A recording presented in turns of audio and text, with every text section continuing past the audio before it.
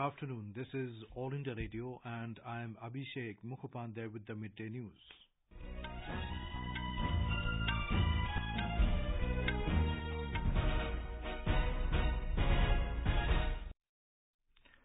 The headlines. Prime Minister Narendra Modi says the youth of the country will combat terrorism. Prime Minister says government is taking progressive measures to double income of farmers by 2022. Defence Minister Rajnath Singh emphasises on non-interference and joint approach for regional peace and security. Assam's tableau chosen as the best tableau for this year's Republic Day parade. And in the Under-19 Cricket World Cup, Australia wins toss and elects to field against India in the Super League quarter-final in South Africa today.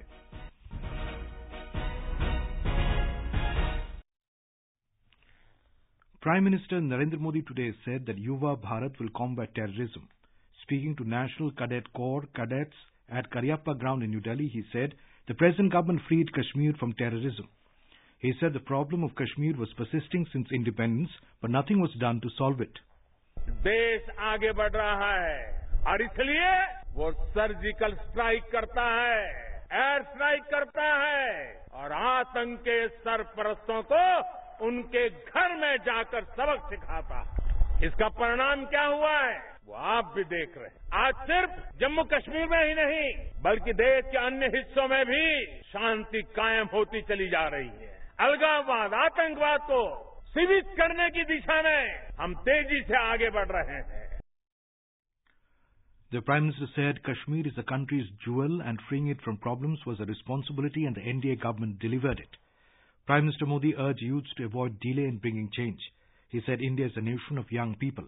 He said everyone must work together to take nation to new heights, keeping in mind past challenges and future goals.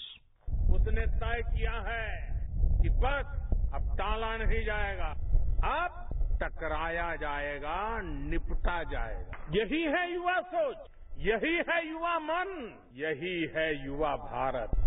अतीत की चुनौतियां वर्तमान की जरूरतों और भविष्य की आकांक्षाओं को ध्यान में रखते हुए हमें एक साथ काम करना होगा। Prime Minister also highlighted how the situation in northeastern states have improved a lot. Saying Citizenship Amendment Act is not against Muslims, Prime Minister said minorities are under attack in Pakistan. He said innocent Hindu girls have been abducted and converted. He said Pakistan is fighting a proxy war, but Indian army can defeat them in 10 days.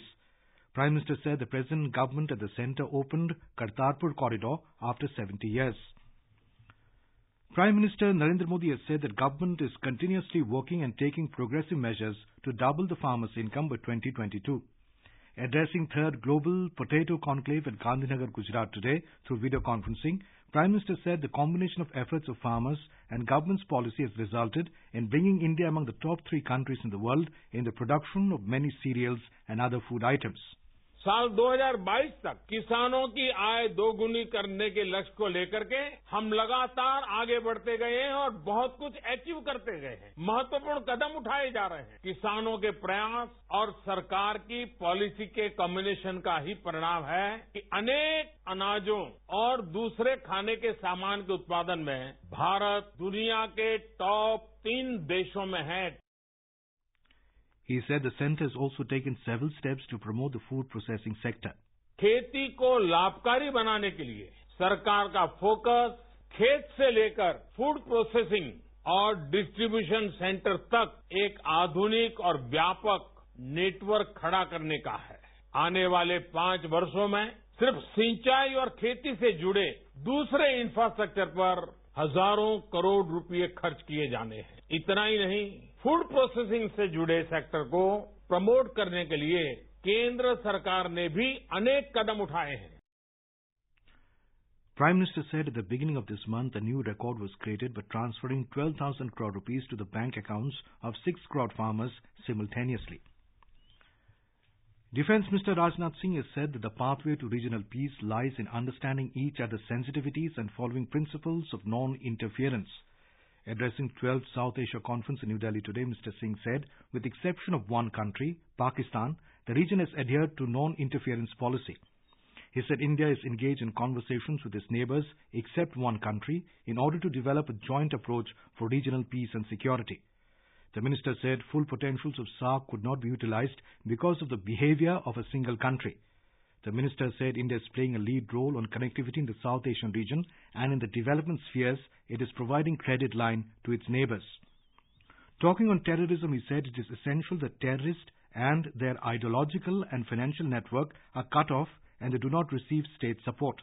The minister said India is fully capable of giving a firm response to the cross-border terrorism. And India to Sri Lanka, innocent lives have been lost to terrorism on our part. We have made it clear that talks and terror cannot go together, and that Pakistan must take demonstrable steps against terror groups responsible for launching various attacks on India from its soil. We are fully capable of giving a firm response to cross-border terrorism. The theme of the conference is India's Neighborhood First Policy, Regional Perceptions. In Jammu and Kashmir, one terrorist of the Hizbul Mujahideen outfit was killed in an encounter with security forces in Arwani area of South Kashmir's Anantnag district. Police sources told AIR News that on a credible input, a cordon and search operation was launched jointly by the police and other security forces last evening. The terrorists who were hiding started firing indiscriminately. The fire was retaliated, leading to an encounter, and one of them was killed in the ensuing encounter. The slain terrorist has been identified as Shahid Ahmad of Kulgam. An army soldier also sustained injuries during the encounter. Defence Minister Rajnath Singh today gave away the Best Tableau Awards for Republic Day Parade 2020 in New Delhi. Assam's tableau, which portrayed the unique craftsmanship and culture of the state, has been chosen as the best tableau, followed by Odisha and Uttar Pradesh, who were tied for the second position. Odisha's tableau depicted Lord Lingaraja's Rukuna Rath Yatra, whereas the tableau of Uttar Pradesh showcased the state's cultural and religious heritage. The tableau of the National Disaster Relief Force and Jal Shakti Mission were chosen as the best among the ministries and departments. Central Public Works Department got the special prize for the tableau, which was based on the theme of Kashmir Se Kanyakumari. This is All India Radio, giving you the news. For quick news updates, visit our News on AIR app and follow us on Twitter at AIR News Alerts. You can also visit our website www.newsonair.com.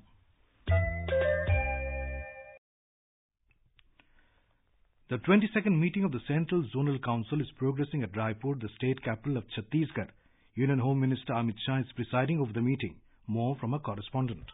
Central Zonal Council comprises of 4 states: Chief Minister of Uttar Pradesh Yogi Adityanath, CM of Madhya Pradesh Kamal Nath, CM of Uttarakhand Trivendra Singh Rawat, and CM of host state Chhattisgarh Bhupesh Baghel are attending the 22nd meeting of Central Zonal Council. Chief Secretaries of member states and senior officers of center and states are also present on the occasion. During the meeting, issues related to security, law and order, infrastructure-related matters like roads, transport, water, industries, and power, along with various issues between center and member states and interstate disputes are being discussed. Vikalp Shukla, AIR News, Raipur.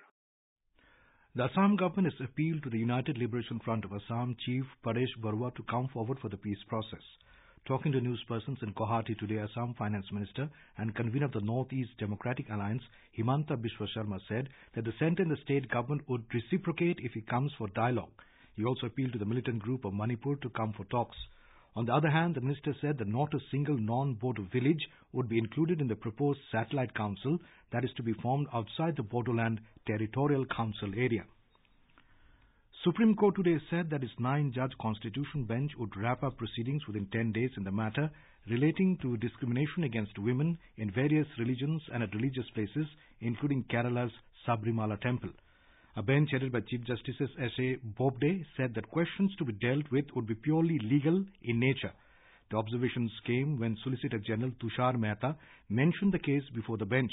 He said that in pursuance of the court's earlier direction, a meeting of lawyers took place, but it could not finalize the common legal questions for consideration of the 9-judge bench. The Supreme Court today allowed the centre to introduce the African cheetah to a suitable habitat in India. The Apex Court's decision followed a petition filed by the National Tiger Conservation Authority, NTCA, seeking permission for the introduction of the African cheetah from Namibia, as rare Indian cheetah is almost extinct in the country. The court also set up a 3-member committee comprising former Director, Wildlife of India, Ranjit Singh, Director General of Wildlife of India, Dhananjay Mohan, and Deputy Inspector General Wildlife, Minister of Environment and Forest to guide the NTCA in taking a decision on the issue. The government has a target to install 175 gigawatt renewable energy by 2022 to build a healthy planet with less carbon-intensive economy. The Finance Ministry said through Pradhan Mantri Kisan Urja Suraksha Evam Utthan Mahabhiyan PM Kusum scheme, government empowers the farmers to be the producer of energy. More from a correspondent. The first component of the PM Kusum scheme is installation of 10,000 megawatt of decentralized ground-mounted grid-connected renewable power plants by farmers of 500 kilowatt to 2 megawatt capacity. Second is installation of 17.5 lakh standalone solar-powered agriculture pumps. And the third, solarization of 10 lakh grid-connected solar-powered agriculture pumps. Solar pumps can result in saving of 1.2 billion liters of diesel per annum. The scheme has substantial environmental impact in terms of saving of CO2 emissions.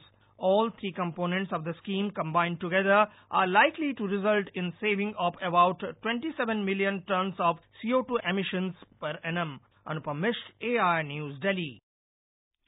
Union Health Ministry has opened a dedicated helpline for queries on novel coronavirus. A 24/7 call center is active for responding to queries on the virus. The number is 011-2397-8046. If people want to seek any help, they can call to know about the district and state surveillance officers, and in case of any clinical query, connect with Integrated Disease Surveillance Program IDSP officer. Passengers who have a travel history of China since 1st of January this year have been urged to come forward for self-reporting to the call center. Sri Lankan government has suspended granting of on-arrival visa for Chinese travellers after Chinese tourist was confirmed positive of novel coronavirus last evening. The decision was taken at a meeting of the special committee appointed by President to prevent the coronavirus from spreading in Sri Lanka. The United States Supreme Court has allowed the Trump administration to proceed with a rule that aims to deny permanent residency and citizenship to immigrants who claim welfare benefits. The top chamber's 5 conservative justices yesterday outvoted their 4 progressive colleagues to support a request by President Donald Trump to lift a New York court injunction that had blocked the rule's application. In a statement, the White House lauded the ruling, calling it a massive win for American taxpayers, American workers, and the American Constitution. Sensex and Nifty traded almost flat while European markets opened higher and most Asian markets were trading lower today. Sensex at the Bombay Stock Exchange gained 14 points to trade at 41,170. Nifty at the National Stock Exchange fell by 2 points to trade at 12,117. Rupee at the Forex market appreciated by 15 paise to 71 rupees and 28 paise against the US dollar in afternoon deals. In the Under-19 Cricket World Cup, India with 33 for no loss in 8 overs against Australia in the Super League quarter-final in South Africa when last reports came in. Earlier, Australia won the toss and elected to field. In the group stage, India topped Group A with 6 points, while Australia finished second in Group B with 4 points. The second Super League quarter-final will be played tomorrow between Group B topper West Indies and New Zealand, which finished second in Group A. Chinese Vice Foreign Minister Ma told foreign diplomats in a briefing on the novel coronavirus outbreak yesterday that China will fulfill its international obligations and promptly address legitimate concerns of foreign citizens in China. And now, before we end the bulletin, the headlines once again. Prime Minister Narendra Modi says the youth of the country will combat terrorism. Prime Minister says government is taking progressive measures to double income of farmers by 2022. Defence Minister Rajnath Singh emphasises on non-interference and joint approach for regional peace and security. Assam's tableau chosen as the best tableau for this year's Republic Day parade.